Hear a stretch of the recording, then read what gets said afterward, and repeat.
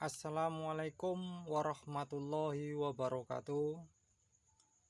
Bertemu lagi dengan Master Agus dalam belajar bersama pemanasan global yang ditulis oleh Ibu Asmil Muftakhor, Sarjana Pendidikan.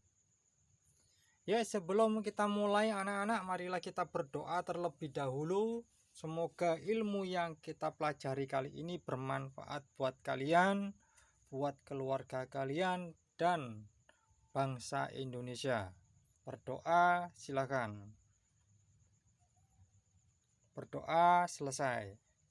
Ya, kali ini pembelajaran pemanasan global. Apa itu pemanasan global? Wah, ini sedang ramai dibicarakan di berbagai negara, khususnya negara-negara yang ada di dunia, yaitu semua negara, ya, karena ada pemanasan global, ya.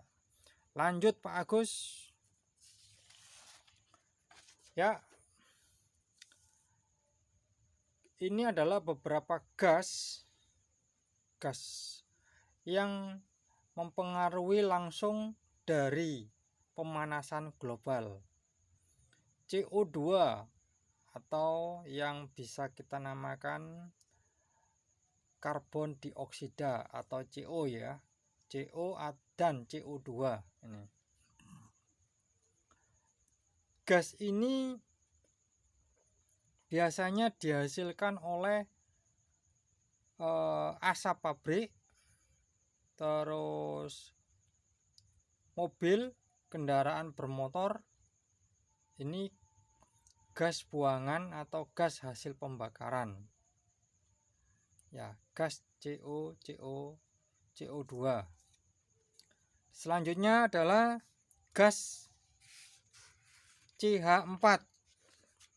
Apa itu gas CH4? Nah, kalau kita pernah melihat gas CH4 ini adalah metana, di mana metana ini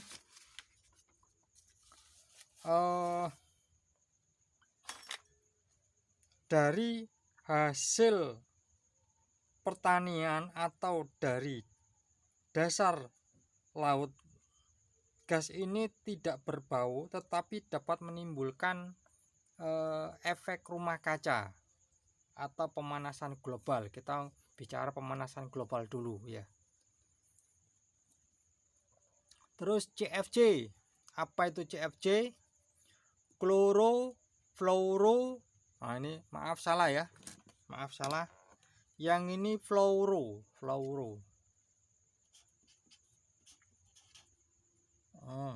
Lagi fluoro.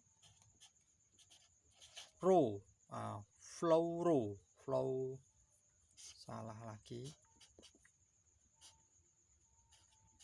Fluoro, ya.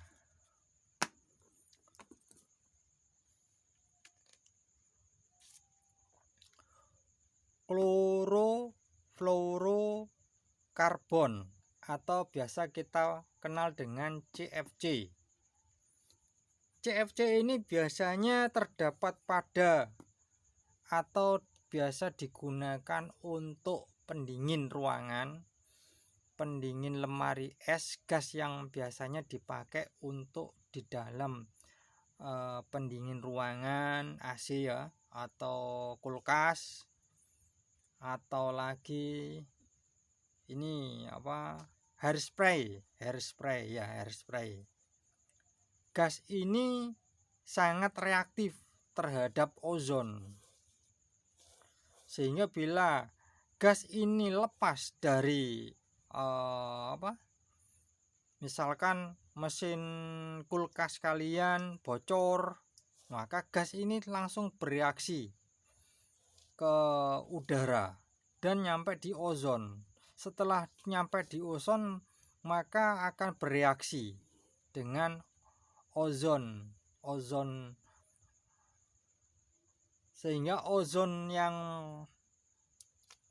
itu, kalau ozon itu O3, dia akan bereaksi dengan O3 ini, sehingga reaksinya akan menghasilkan oksigen O2, tapi tidak O3 lagi. Nah, sehingga lapisan ozon akan hilang. Nah, dari situ. Lanjut, N2O, nitroksida. Nah, nitroksida itu adalah kalau kalian pernah mendapatkan N2O nitroksida, seperti ini, pembakaran fosil, misalkan kayu, nitroksida, industri dan pertanian. Nah, sekam-sekam kayu-kayu, dia akan menghasilkan nitroksida. HFC, hidrofluorokarbon, ada karbonnya ya, hidrofluorokarbon. Ini industri pendingin, ya, CFC, HFC, CFC, ya sama. Terus ini PFC, nah, sama dengan ini dan ini, industri dengan tadi pendingin. Dan SF, sulfur heksafluorida,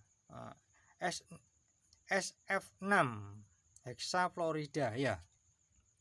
Nah, gas-gas yang ini maksudnya di situ adalah yang bisa menimbulkan pemanasan global. Apa itu pemanasan global? Nah, mari kita pelajari lebih lanjut, ya. Di sini ada matahari, di mana gas-gas yang tadi itu akan naik di sini, akan naik memenuhi daerah sini,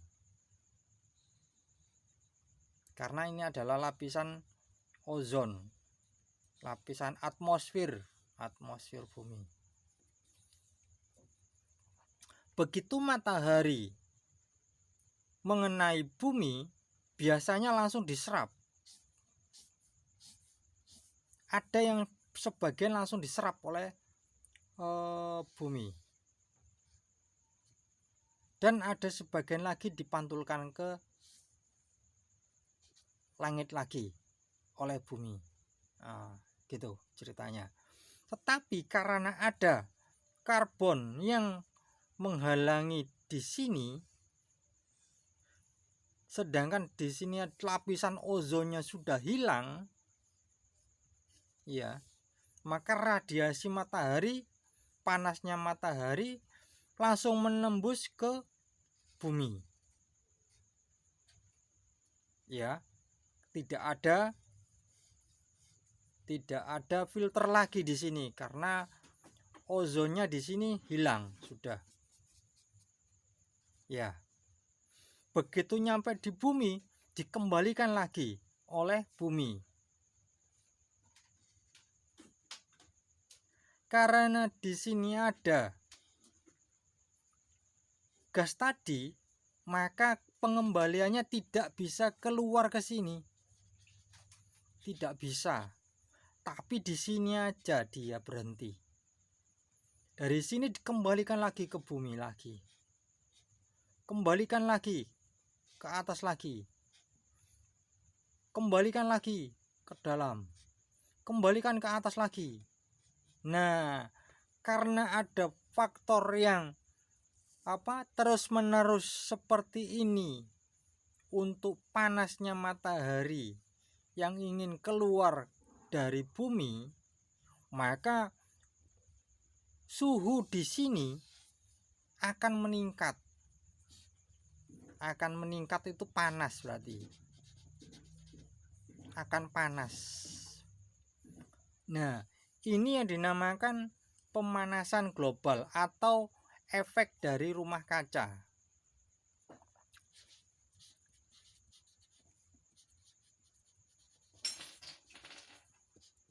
Rumah kaca. Ya, efek rumah kaca.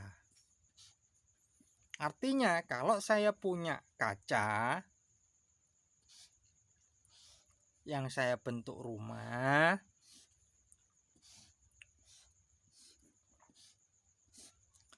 maka begitu ada sinar masuk,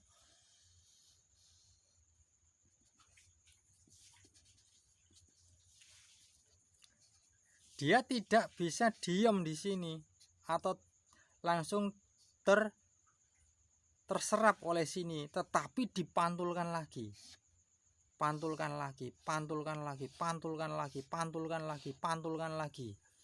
Sampai yang namanya rumah ini akan menjadi panas. Nah, ini adalah efek rumah kaca, sama dengan matahari yang di sini.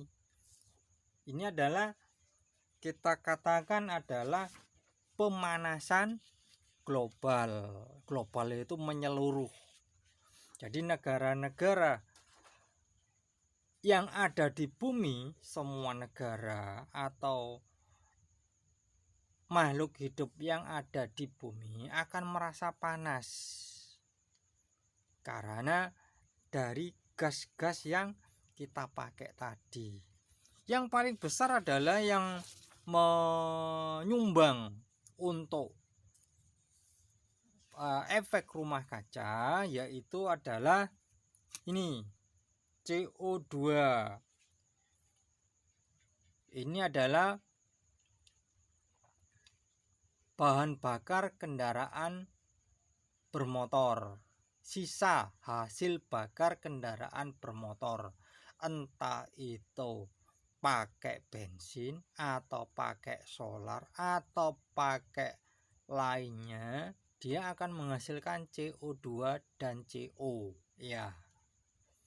Terus disusul dengan CFC yang tadi saya katakan adalah pendingin ruangan. Gas yang disuntikan pada mesin pendingin ruangan atau kulkas ataupun hairspray. Hairspray untuk rambut itu ya, atau untuk parfum.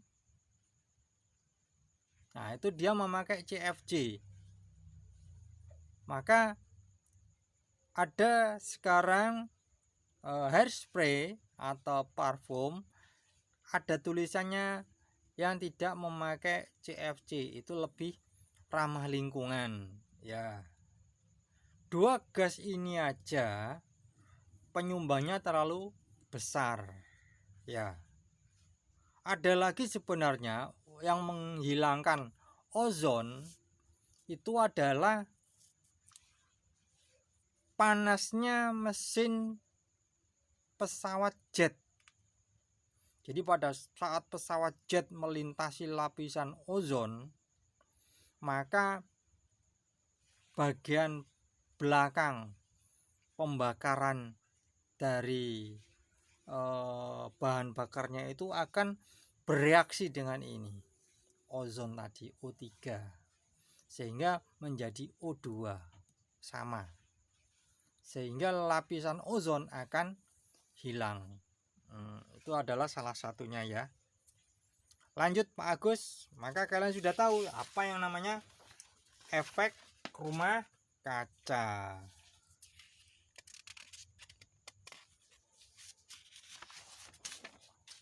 Dampaknya apa Pak Agus? Di sini ada dampaknya atau efek dari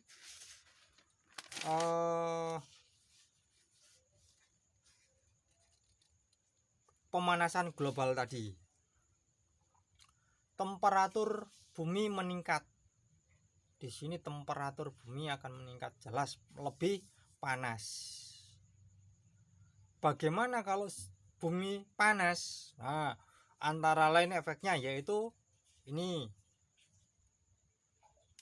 mencairnya kutub es. Jadi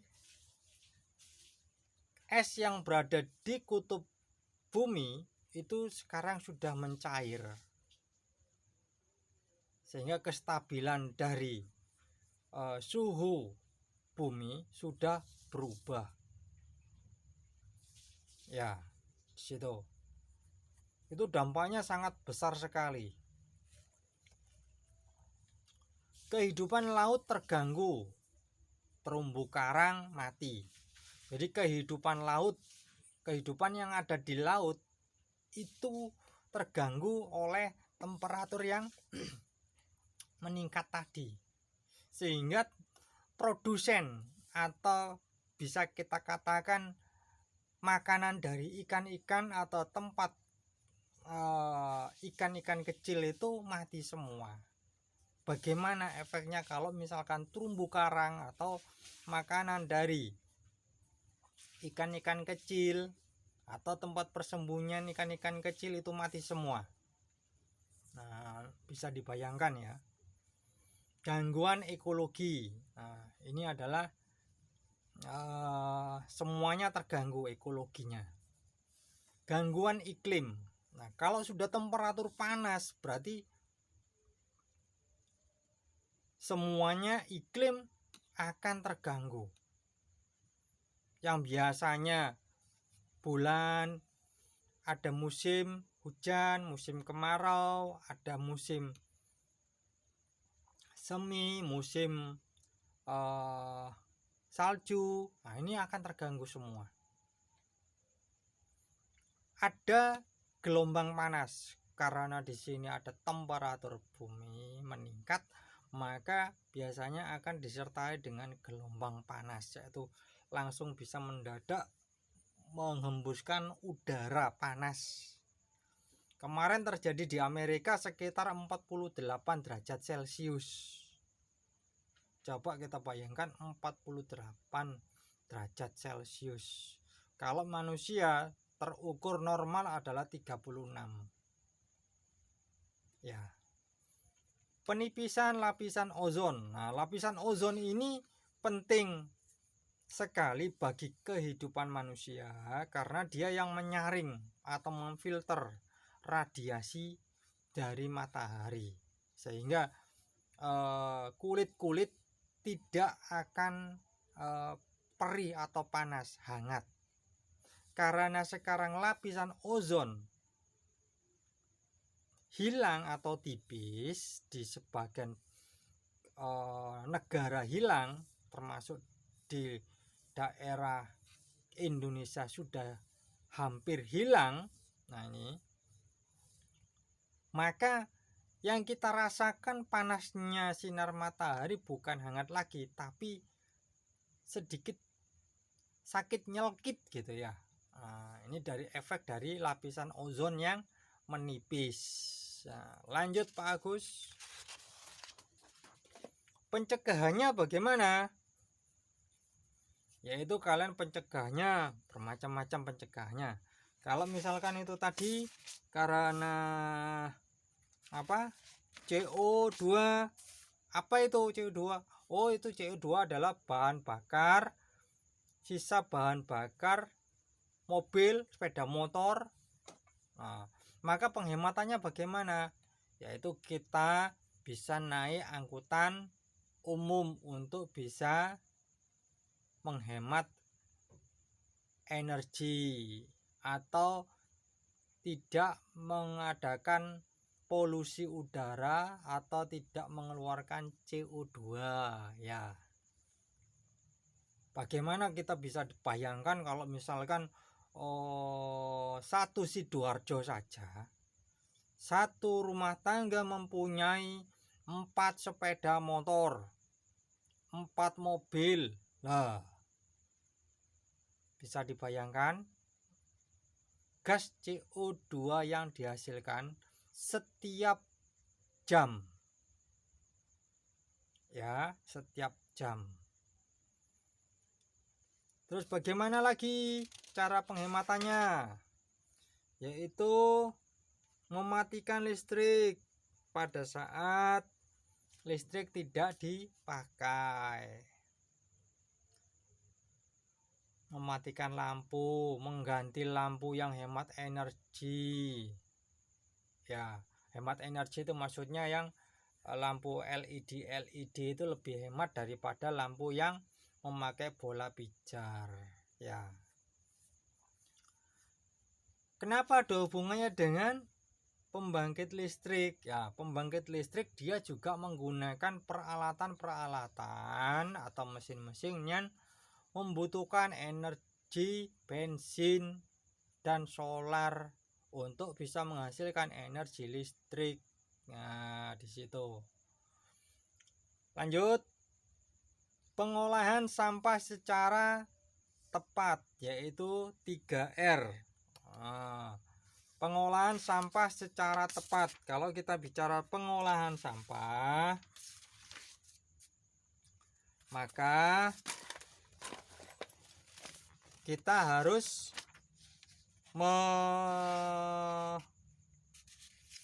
mengetahui sampah yang mana yang akan kita olah. Ya. Di sini ada R1.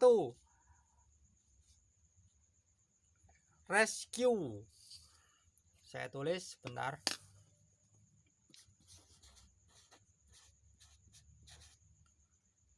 Manfaat. Nah, di sini manfaat. Reduce.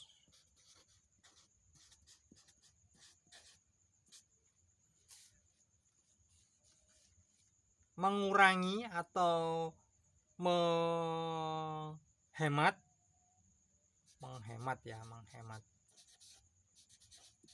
itu atau mengurangi ya. R yang satunya adalah recycle.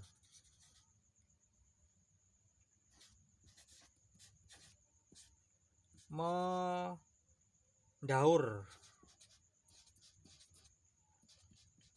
ulang. Nah, ini namanya 3R. 3R. Nah, di mana 3R ini itu pengelolaan sampah secara tepat ya. Rescue, reduce, recycle ya. Tapi sekarang ini di Jakarta sudah mengalami perubahan total, yaitu sampah-sampah yang ada di Jakarta sana dikelola untuk menghasilkan listrik dengan kapasitas 20 MW. Nah, nanti Sidoarjo, Surabaya akan menyusul. Rencananya sampah-sampah itu akan dijadikan pembangkit listrik. Untuk pembangkit listriknya Kota Sidoarjo maupun Kota Surabaya ya. Lanjut, pencegahan kerusakan hutan. Nah, yang ini tadi gas CO. Kalau kalian pernah melihat gas CO ini tadi ya, atau CO2 atau CO, dia ada hubungannya dengan pencegahan kerusakan hutan. Kenapa? Karena ini adalah tanaman. Tanaman itu untuk dia berfotosintesis membutuhkan CO2. Ya, setelah diambil CO2 oleh tanaman, maka sama tanaman tersebut menjadi diolah menjadi oksigen. Nah, gitu. Maka apa? Maka kerusakan hutan harus kita cegah supaya CO2-nya tidak meningkat gitu. Cara mengurangi penggunaan CFC ya, tadi sudah. Jadi ada sekarang bahan yang sama tetapi yang equal yang sama dengan CFC ini, tapi tidak merusak lingkungan atau yang ramah lingkungan. Nah, tapi harganya lebih mahal ya. untuk dipakai di AC maupun di kulkas kalian. Jadi sekarang kalau kalian beli kulkas baru atau AC baru, kalian lihat belakangnya ada gambar recycle enggak, atau ramah lingkungan enggak. Nah, di situ. Selanjut adalah reboisasi penanaman kembali. Jadi kita menggalakkan hutan dengan cara reboisasi, tidak menebang sembarangan ya, karena satu pohon itu mempunyai daya untuk menghasilkan oksigen yang besar dan dibutuhkan oleh makhluk hidup. Nah, gitu ceritanya.